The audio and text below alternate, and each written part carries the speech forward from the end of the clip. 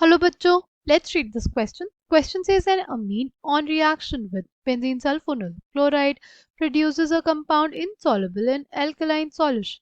This amine can be prepared by ammonolysis of ethyl chloride. The correct structure of the amine is. The key concept for this question is reaction with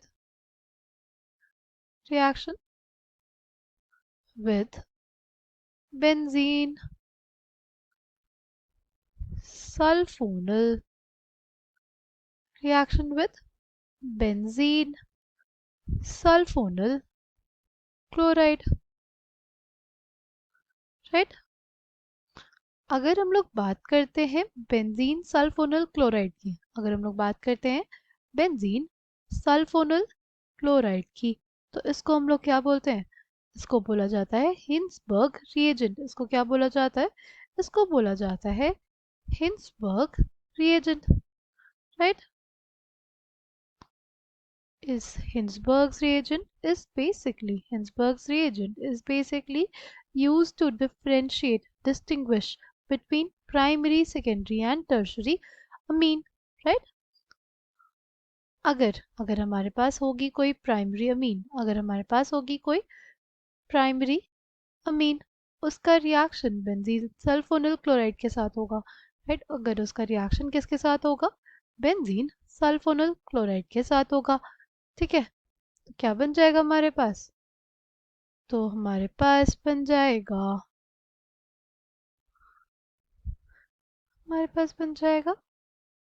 sulphonamide. हमारे पास क्या बन जाएगा? हमारे पास बन जाएगा sulphonamide.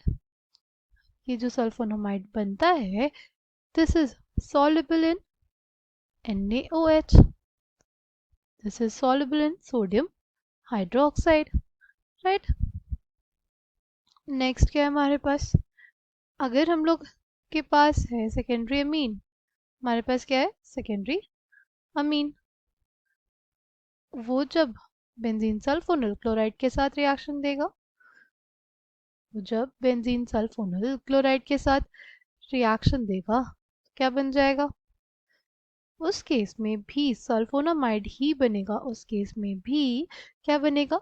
Sulphonamide ही बनेगा। But ये जो सल्फोनामाइड होगा, it will not be soluble in NaOH, insoluble in NaOH, insoluble in NaOH। insoluble क्यों होगा?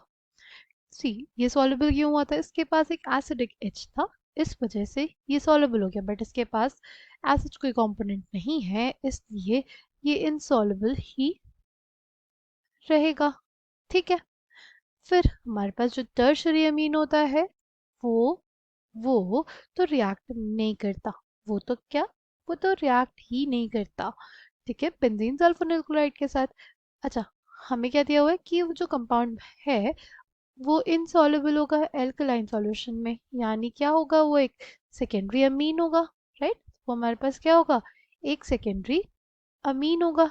क्यों? क्यों सेकेंडरी अमीन होगा? क्योंकि उसका जो सल्फोनामाइड बना वो इनसॉल्युबल है किसमें?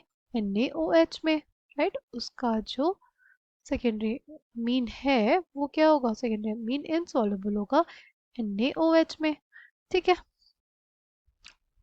तो हमारे पास ऑप्शन डी जो है वो गलत हो जाएगा, राइट। ऑप्शन डी हमारे पास गलत हो जाएगा, क्योंकि यहाँ पे तो प्राइमरी अमीन दिया हुआ है और प्राइमरी अमीन हमारे पास नहीं है, हमारे पास सेकेंडरी अमीन है। ये सभी हमारे पास क्या है? सेकेंडरी अमीन्स है, ठीक है। अच्छा, फिर क्या बोला है? ये जो अमीन है can be prepared by ammonolysis of ethyl chloride. तो देखते हैं कैसे हम लोग कर सकते हैं। क्या? Ammonolysis ammonolysis of ethyl chloride, right. अच्छा, हमारे पास क्या है? C2H5Cl, right. उसको NH3 से ट्रीट करेंगे तो क्या आ जाएगा? C2H5NH2, क्या आ जाएगा? C2H5NH2, right. फिर इसका रिएक्शन जो C2H5NH2 है उसका रिएक्शन किससे हो, आर सी एल के साथ, तो क्या हो जाएगा, तो हमारे पास एक सेकेंडरी अमीन बन जाएगी। तो हमारे पास एक सेकेंडरी अमीन बनेगी और ये बेसिक स्ट्रक्चर होगा हमारी अमीन का, राइट। तो देखो, यानी उसमें क्या होना चाहिए, CH2CH3 प्रेजेंट होना चाहिए।